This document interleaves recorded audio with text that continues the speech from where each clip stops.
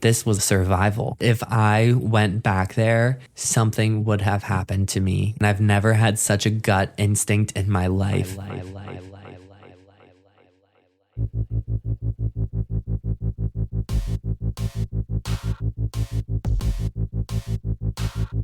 From the dawn of the spoken word, storytelling has been the backbone of human culture, warning of looming dangers and evoking our most personal fears. What you're about to hear are the real-life experiences of everyday people, brave enough to share their terrifying tales. Tales where the horror hits close to home. I'm your host, Danny. Welcome to the Hometown Horrors Podcast.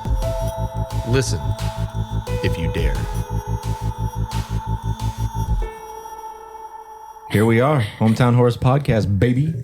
Back at it again. And who do we have with us today? We got lovely old Olivia from the premiere episodes. You may remember her. Hey. And we have our special lovely guests, Gino and Jefe. Hello. A.K.A. Antonio and Jeff. How are you gentlemen doing this evening? Feeling spooky, lit up by the ambiance brought to us by the Hometown Horrors Podcast. I mean, I feel lit up, but not because of Yikes. the candle.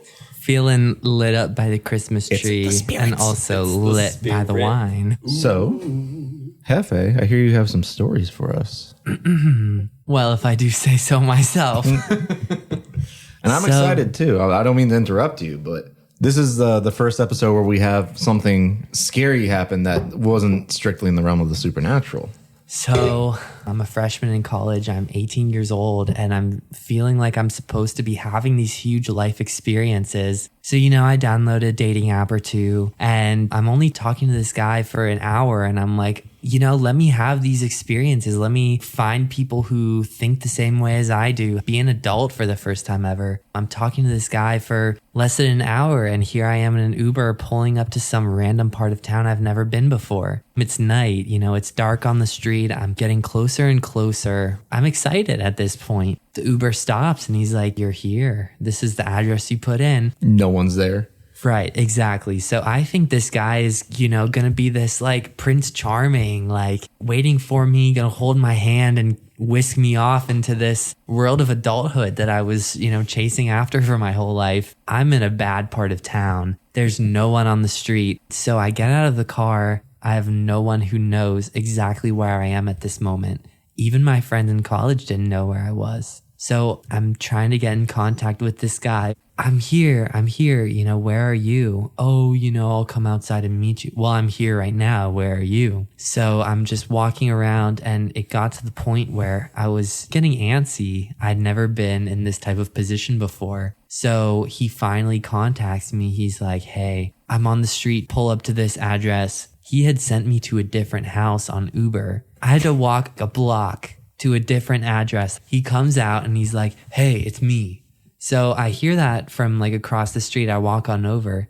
This is a different person than I had been seeing online. These were different pictures. Bare minimum, you've been catfished. Absolutely. So I'm walking over because I have nowhere else to go. My Uber had left. I was probably like an hour walk from my college dorm. Nobody knows you're there. You hadn't explained this to anybody. No one knew because, And you're a again, kid. I was 18 years old, but what did I know? I was trying to have these college experiences that everyone had talked so much about. Not only that, it probably felt like you were behind at that age. Absolutely, because all of my peers that were straight, they had girlfriends, boyfriends in high school. Yeah, and this is your chance to explore who you are in a safe environment. I mean, it was supposed to be safe. So here I am, I'm walking over to this guy who looks nothing like what I had seen online. And it's not necessarily a bad thing, it's just different. About 100 pounds over what I had seen online, different face. He's like, "Hey, what's up? Come on in." So I walk into his house, immediately closes the door, deadbolts it, and there's about 3 locks on that door. I sit down as soon as I get in there and my anxiety is going off the charts. I mean, through the roof. And I'm at a point where my fight or flight had not kicked in yet. And I'm at a freeze moment. I'm like, well, hey, I'm going to have to order a new Uber if I'm going to try and get out of here. That's going to be a minimum of 10 minutes. How am I going to get out of this place? I'm just stuck. But you've already like resolved that you need to get out of this situation. Like it's no longer about where does this date or meetup go? Oh, absolutely. This was no longer a date. This was survival. I was 18. I was, raised in a very sheltered way. I knew nothing about drugs, weed, anything. This guy lights up the biggest backwood I've ever seen in my life. I mean, This like, thing was a forearm. it filled the fucking room, dude. It was ridiculous. And, he's obviously trying to get me high. I'm saying no thanks, because this is already a shitty position I've put myself in sober. What the fuck am I going to do if I get a little something in my system? You don't know what's in that. Like, you don't know what he's trying to give you. Yeah, like that's red flag number 3. Number 3. At there's Yeah, two shady more. location, At different least that was person. 3. Yeah. That's at least 3 red flags already. I showed up and you're not the. Yeah. We're coming into the. It was a duplex type of thing. Okay. Yeah. Okay.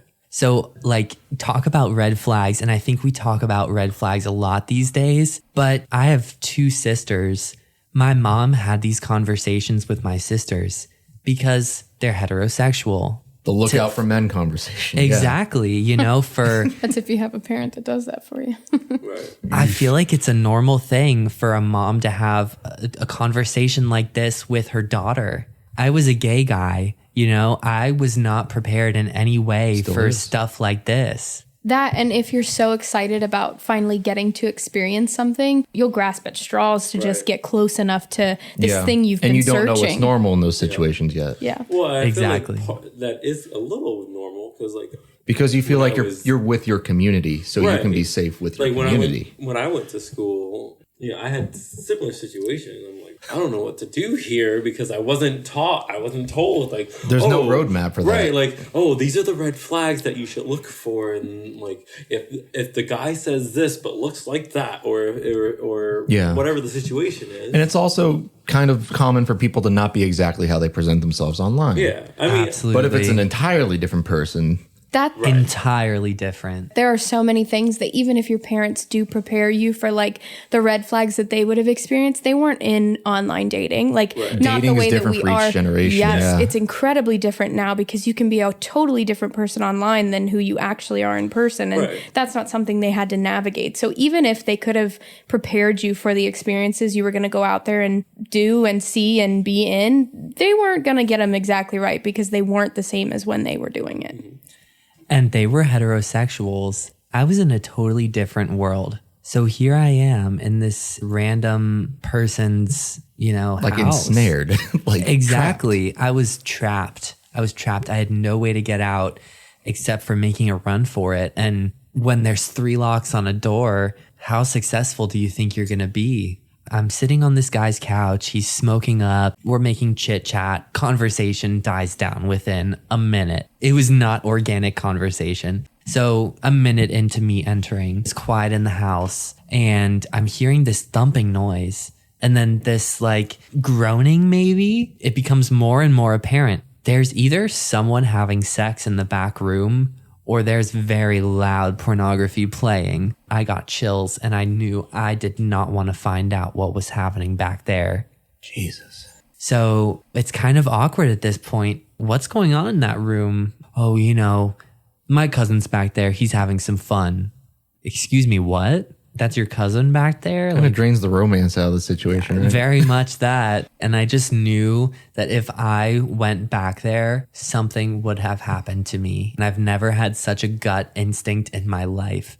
So I put on my Oscar award-winning acting at that moment and I said, oh, okay, that's fine. So what do you want to do? Obviously knowing nothing is going to happen. I'm very secretively pulling up Uber and trying to get the hell out of this place, trying to find some sort of excuse. And here comes his cousin out of the back room. These were 2 people that were very much bigger than me, could have done something. And, what the hell could I have done to defend myself? The guy comes out. He's like, oh, I heard that you were talking to my cousin about like something you heard in the back room. Did you want to come back? We'll show you a good time. Oh, fuck.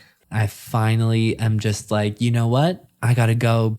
but I just want to have some more privacy with you. Just you. I'm trying to convince this guy that I'm leaving, but he's coming with me as well. Whatever gets you out that door, Exactly. right? Past those 3 deadbolts. I have the Uber and it's waiting outside for me. I'm so scared that the Uber is going to leave without me. And so I finally say, you want to go somewhere more private? And he's like, yeah, I'd be down with that. I run out of the house and I lock that one lock that is on the actual doorknob so that you can lock it, but the door can close as well. Yeah. So I lock that one and I slam the door behind me. I run into the Uber. I slam the door and I say, go right now. So the Uber takes off. We got the fuck out of there. And that whole ride back to campus, I knew I just narrowly dodged something that I would have not made it out of.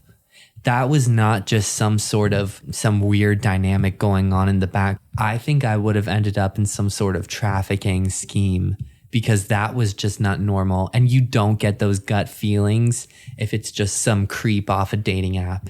It's something visceral. It's something evolutionary that you just know that you were not supposed to be there. And if you didn't get out of there, you would have never lived to tell the tale. It's more than just, you're going to have a bad times. Like, you would have been hurt or changed forever. I don't think I would have been brave enough to be able to tell the story if something more had happened to me. You know, I wouldn't be in a position to even tell this story. And so many times I feel like I hear stories about particularly people in the LGBTQ plus community putting up with shit they shouldn't have put up with in the first place. Just because they felt like they were behind their peers. Because we all want to be equals. We all want to be adults. We all want to have those interpersonal relationships. But is that an option for a lot of LGBTQ plus people? No shame. I think, you know, anyone who's a gay male can think back on some nice encounter that they've had off of that site. But at the same time, when you're 18 years old,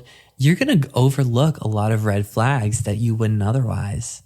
And it's really scary. And for the straight people who are listening, Grindr is like Tinder for gay people. Yeah, I think it was actually the first online like hookup app. It predated was. Tinder and Bumble. Yes, 100%. I think the thing is, though, that with any of those apps, there are always going to be people who are on there for the wrong reasons, and it doesn't matter. You have to learn which to weed one. through those people Correct. no matter what. There's always going to be people that have a predatory, like, I want to get something out of somebody. Absolutely. But the thing about Grindr that sucks is that Grindr allows you to talk to anybody at any time for any reason. Whereas Tinder and Hinge, you have to match someone in order to talk with them. And some of the apps, the girl is the only one who can actually initiate the correspondence.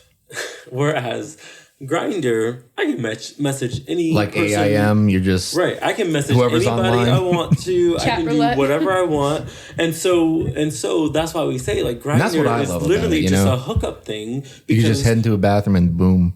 right. That's literally what You're at Grindr the bowling is. alley? Me too. Yeah, I was waiting for you to give me that look. Like, what the fuck are you talking? No.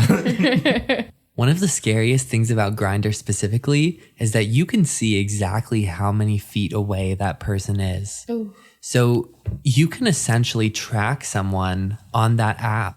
I was frightened that this person would follow me back to campus. And of course, you know, are they going to be able to get into a, you know, university dorm? Of course not. But I thought it's going to be in the back of someone's head as they're trying to narrowly escape this really scary position that they've been, I was going to say placed in. I placed myself in that position. I really did. For anyone who is on dating apps, that's also another reason we don't give information. I don't say, oh yeah, I went to so-and-so university and I'm in this class, especially if you're just getting to know someone. They don't need to know all your information. Yeah. But you know, the scary thing about that is that now there's such things as Tinder University.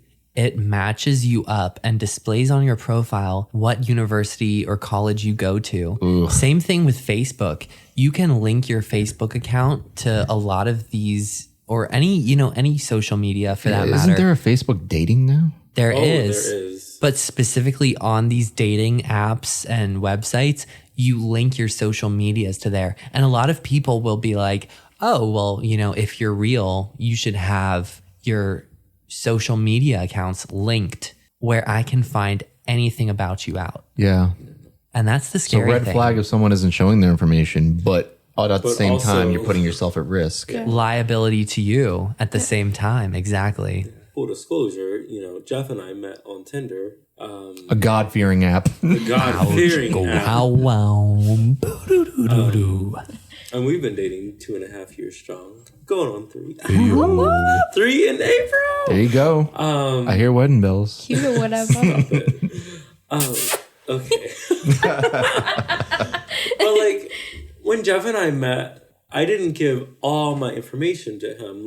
Because Absolutely not. because part of it is like you want to be able to have a conversation with that person in the moment. And so how can I have a conversation If you put it all out Because there. without giving Right. specific facts about yourself, you can usually tell who somebody is just by Correct. talking to them for a little bit. Right. I talk to so many people all the time. They don't know anything about my life, but they still know They know about you as an me. individual, yeah. Right. And so I didn't have to tell Jeff, oh yeah, I went to this school, I do this for a living. I can still have a conversation with him.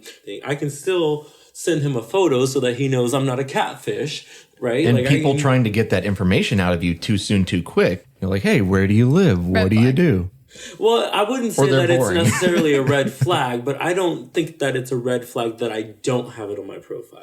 You bring up a really good point. You either, as we're talking about, you either put it on there and everybody knows what you have, you're putting Right. yourself at risk, or you don't put it on there because you don't want people to know those Right. things. And then people are like, well, why didn't you put your Right. information? So it's kind of like a double-edged Why are sword. you being withholding? Correct. Yeah. Right. It's like you are either subjecting yourself and really looking for And that you can usually person. tell where somebody's just trying to add mystique. And you can usually tell what's a setup or Or they're deliberately not they're married or, they're or you can't. And then they're in you a get yourself in relationship, those yeah. scary situations. and you feel like you have something to prove. you actually sometimes you'll meet somebody and just being in their presence for a few minutes, you'll understand whether or not you're compatible with them. Yeah. And that's the moment you're locked into an engagement for hours and you're like, I already don't like this person.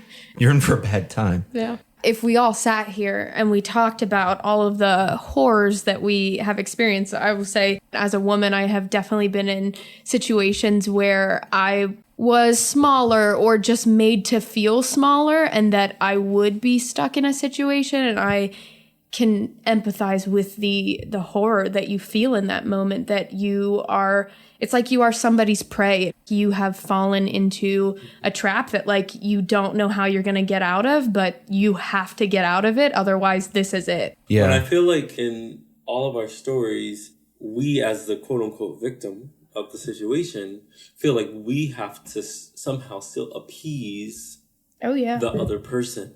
And that's so back-asswards. Backward. That's so back-asswards. Backwards. And there are definitely situations where you're like, oh, I don't want to hurt your feelings, but I need to get out of this situation. Absolutely. And there are also times where I've been, catfished or misled. I was going to say, because then you go back into the game, if you will, after these experiences, and you have that new fear because you've experienced that moment. And I'll say, even for poor Danny, we probably talked for a little over a month before I even agreed to meet him in person, just because the date that I had gone on before him was absolutely terrifying. No offense to that person, but yeah, they did not pick up any of my cues. I'm ready to go. I texted my mom. I was like, Mom, call me and say that somebody needs me to show up somewhere, and he wanted to go with me. It's the same kind of scenario that you were describing, Gino, but I had been scared before. And so then when Danny came along and I was like, I don't know if I'm ready to meet him. And then he was like, okay, we got to do something with this. It Otherwise, had been over a month of just text talking, and you usually talk for a few days, but if you don't meet within a week of starting to talk with each other, things are on a burnout at that point. You're Yeah. fizzling out because you're also competing with everyone else that everyone person else. is talking Yep. to. Of course. You're usually one of 15 Yeah. at any given moment. I am glad that with all of our horror stories with dating, Harar. we have found people who respect us and value us and have grown with us. And that's the message for the kids. There are good people out there. You just might Even- need to sort through a lot of people to find them. Even online, Moving on. So you had some other stories, maybe outside of the world of dating dating. world. I don't know. Yeah, I definitely thought Olivia said you had some haunted house stories from childhood. I thought I saw an angel in a closet once. Yeah, I was going to say, I thought you had something. If there are demons, then there must be angels. You'd hope. Anything that you feel comfortable enough sharing. It's all experiences that are unique to you. Yeah.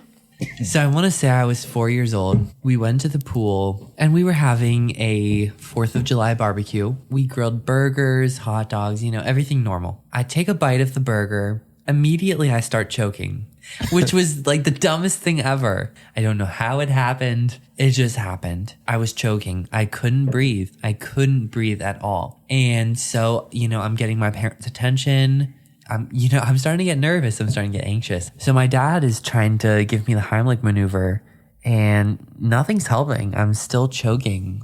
And now it's gotten to the point where they're, getting me into the car and they're ready to take me to the hospital. They roll the windows down. We're on our way to the hospital, which is, maybe 15 minutes away. And I'm starting to get lightheaded. I haven't been able to take a deep breath in all this time. I'm trying to keep calm and I'm looking out the window and suddenly I see a butterfly. And I know this sounds like the weirdest thing ever, but I swear a butterfly flew into the window and 1 second I was seeing it. The next second it just went into me. It flew towards me and suddenly I could breathe again. I've always wanted to think that there's more to life. And I'm someone who's had more than one sibling born with their angel wings. And I'd like to think that maybe that was a moment that one of my siblings was looking out for me and helped save me, because I've never had such acute fear in my life, just not being able to breathe at all. And then the next second I see something so beautiful. I had such a wave of calm wash over me. And the next second I was okay again. And it's always been something really special to me. I have a similar story to that. So my grandfather was diagnosed with cancer, and within 6 months, it just really took everything out. I was in college, and I had already missed so much school going up and visiting him when he got his ports put in. He had a feeding port. He had a couple other things that were major surgeries, and I wanted to be there for. And so I had already missed a lot of school. And I was like, well, I'm just going to try to wait as close as possible to the moment because my teachers are going to fail me. It was the week of the 26th of September. And I remember my mom messaging me the day before, we're really close now. We're within a couple days.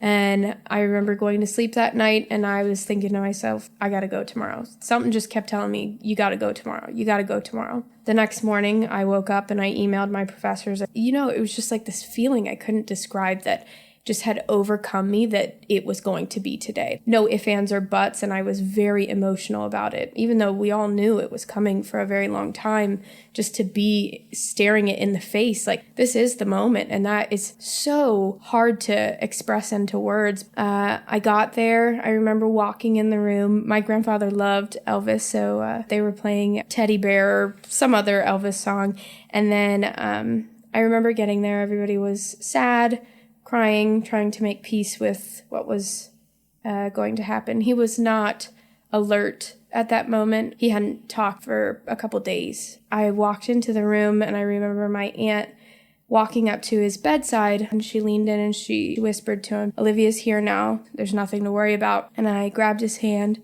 and she walked over to the window in the room and she opened it. And the moment she opened it, the song that was on ended and the next song played and it was Return to Sender. And within 2 minutes of me walking in that room, he passed away. And I remember standing there and I could feel there was just a different feeling as soon as it was done. As soon as it happened, there was a rush across me, just across the front of my chest. It felt like I could take this really deep breath, like what you were describing about with the butterfly. It was like I could finally breathe. And I had had issues with asthma. I had been battling it for months at school. And it was like the moment that he had passed, it just felt like he had passed through me and taken that with him. And I don't think I've ever described that quite that way before, but it just felt like when he waited for me to get there. And then when I did get there, he just took that and ran. And I didn't, it's weird to say it out loud, but I didn't use my inhaler after that at all.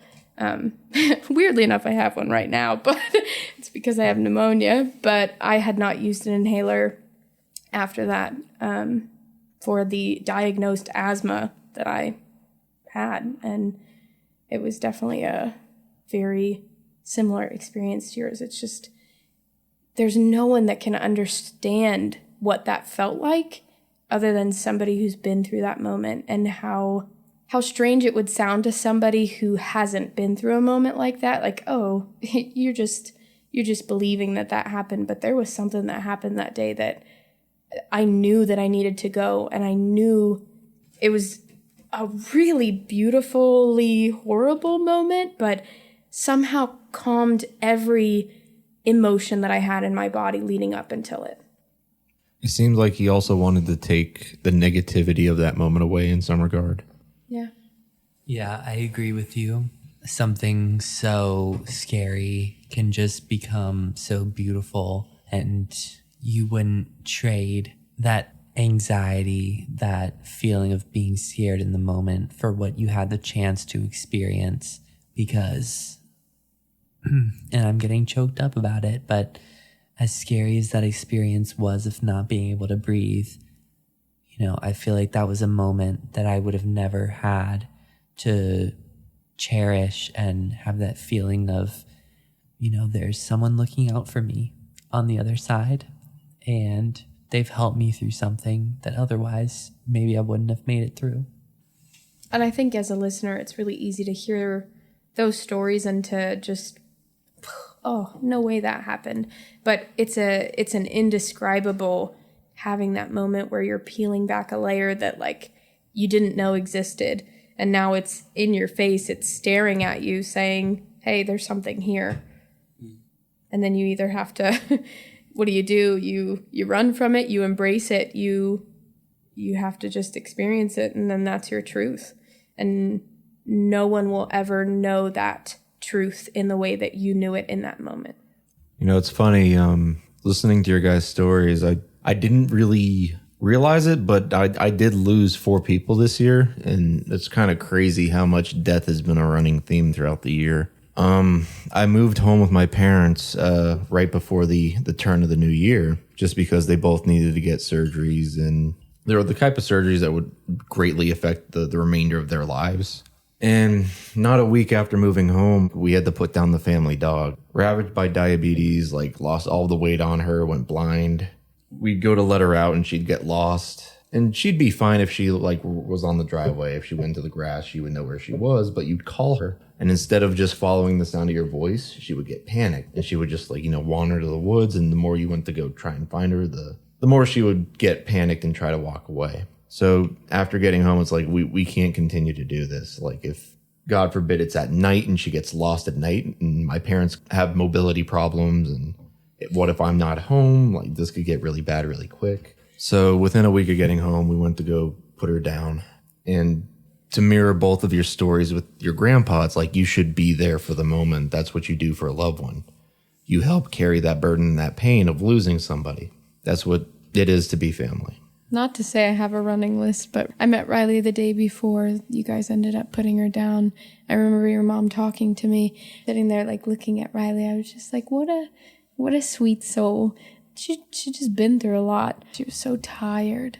She had just been going through it. I mean, to lose that much weight and to be that so confused and panicked, the moment was horrible, but there was no doubt that like it would have only been worse the longer we let it go on, and nobody needed to keep carrying that kind of pain around. And I feel like just being in the state that my parents were in, they wouldn't have wanted to make that decision. Mm-mm. So it was kind of on me to like be the one to accept that, to be like, this can't keep going. Yeah.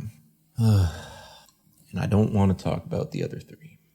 You said something not long after I moved back home, that you were in the room with me and my family the night after I'd moved in. I think it was the first time you'd actually met my family. Yeah. And like they love you. Like they've liked girlfriends in the past, but they love you.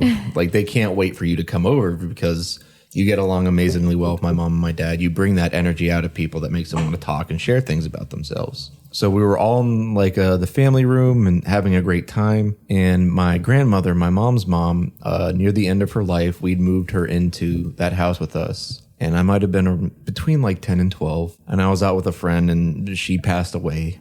It might have been in the house, or they might have called and tried to rush her to a hospital, but she did pass away pretty much in the home. So you were saying that first night you were in the house and we're all kind of laughing in the same room, you felt like sitting in the rocking chair, that somebody placed a hand on your shoulder. Yeah, so I remember just like looking around the room, and I think your dad had just finished telling a story about being on a cruise ship. Your dad has quite a lengthy list of places he's not allowed to return to, and he was telling one of those stories, and he was just laughing so hard, and your mom was laughing too, and I think we all by that point were laughing, and I just remember it felt to me like somebody had put their hand on my shoulder, as if somebody was standing behind me, and I remember like jumping around to look in the rocking chair, and you like looked over at me like, what's going on? But I didn't want to say in front of your parents that I think that something just touched me. Might be a Patrick Swayze type moment going on. Correct, it's a ghost moment in here, but I didn't want to ruin the fun of everything. But I remember very clearly this thought came into my brain. Look at how happy they are. They haven't laughed like this in years together. And that was like very prominent in my brain. Like that thought would not leave. This is what they needed.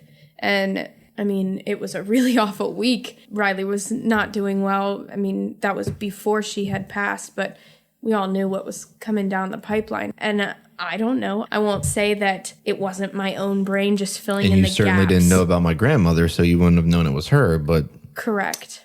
My parents bought that house, I guess, new. There was no previous owner. It was literally built and then they had it. So, I don't know. That would have been the...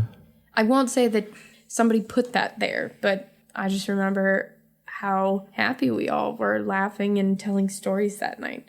And maybe it was just like schmoozing. We were all also having a little bit of seltzer. Yeah, but cracking into the White Claw. Yeah, we were. My dad actually loves, which is claws. Who knew that would be a thing? Yeah, it was funny. He was so surprised. He was like, "I like that flavor too." Claws for my in-laws and my outlaws. Yeah, we no, I think that in the in the afterlife, or in the all-knowing stage, that you have the There's decency. an intermission, you know? Yeah, basically what we've talked about this whole episode. And who wants to just like when you die in Call of Duty, you can watch everyone on the map. Who wants to spend your entire like eternity doing that dumb Correct. shit? Watching people on the Yeah, just watching living people be dick shits. You're just watching the respawn point and seeing how everybody else plays the game. But I like to believe that those people that have gone into the afterlife are using their wisdom as like a guiding hand, instead sitting there trying to help the next generation or the next set of people that needs that wisdom and assistance that they now have. I think that's what means so much to us about everything we've been talking about. Maybe in the moment it was scary because we were feeling something we had never felt before. But looking back on it, some of those moments that were so scary can mean the most to us and have such a lasting impact on us, because what we thought was scary in the moment was really something that has shown us there's more out there than we really thought there was. Yeah. That is the core. It's not just about being afraid. It's about acknowledging that the world is bigger than most of the things you experience on a day-to-day basis. All of these things are just so, one off that, if we were to overlook this, we would overlook something else. But when we put everything together, everyone has something to say. We've all had something that makes us look past what we can see right in front of us. Yeah, I think that for some of the scariest moments, like we were saying, there is like not a silver lining, but there's a wisdom, or there's an understanding that you gain after the experience that then adds to your path in life. You then take that grain of salt with you to make a margarita. No, you take it to... I'm ready for the margarita right now. You take it to use it in your compass throughout the rest of this journey. I remember, this is the last thing I'll say, my pastor at the time, when I went home to see my grandfather off in his journey, I remember coming back and he came to console me. He came up to me and I was crying, but I told him the story and I explained everything to him and I explained it the way that I felt. And by the end of it, he was crying and he looked at me and he said, I came here to comfort you. And somehow in your darkest, scariest moment, you have given me peace. How did you do that? And I that will stick with me forever, that this experience that was so hard and scary for me to let go of this person that I loved so much brought so much peace in it too, that I can't describe how scared I was, but at the same time, it couldn't have been any different than it was, because I don't think that I would have found the same kind of me at the end of that experience. In retrospect, there's only one way it could have ever happened. Right. And you can recognize that. Maybe not at the time, but further down the line, it was a nice bookend, you know? Yeah. Well, and I think these experiences that we're talking about, these things happen for exactly that reason, and validates that everything does happen for exactly the reasons that it does. Take Jeff's story earlier. I mean, had it gone any different direction other than the direction it was going, you might not have a Jeff to talk in this moment. Right. Like, everything happened the exact way that it was supposed to. We all need a Jeff. We all need a Jeff. We all need a Jeff right now. Thanks. Anytime. Yeah. We'll be back. Yeah, for sure. Because I have so many stories. Yeah. I have some little event things planned that might be fun later. Let's Sorry, do some folks. movie. We'll catch you later. Bye-bye. Now those were some frightfully fun stories.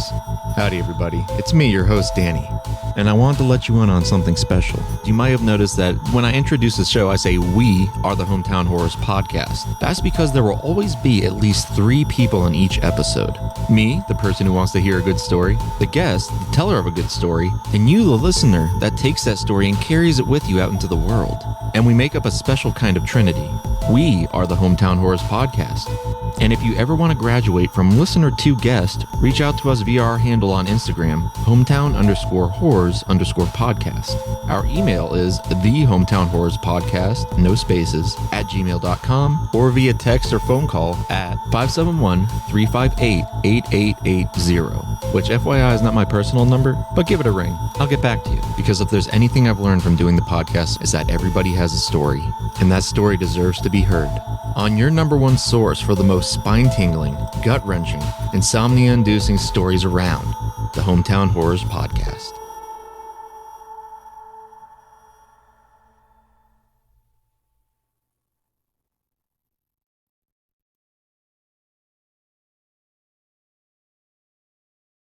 Howdy, folks. Sorry this episode was late. I was sick and the holidays slowed everything down. But I want to thank everyone again that found and supported the podcast this year. We've got some real fire coming, so stay tuned. Lastly, we talked a lot about loved ones that may not be with us anymore. And if you have anyone like that, we're going to take a moment and we're just going to think about some good memories with that person. And that's the energy we're going to take into 2023. Stay safe, kids. Stay safe.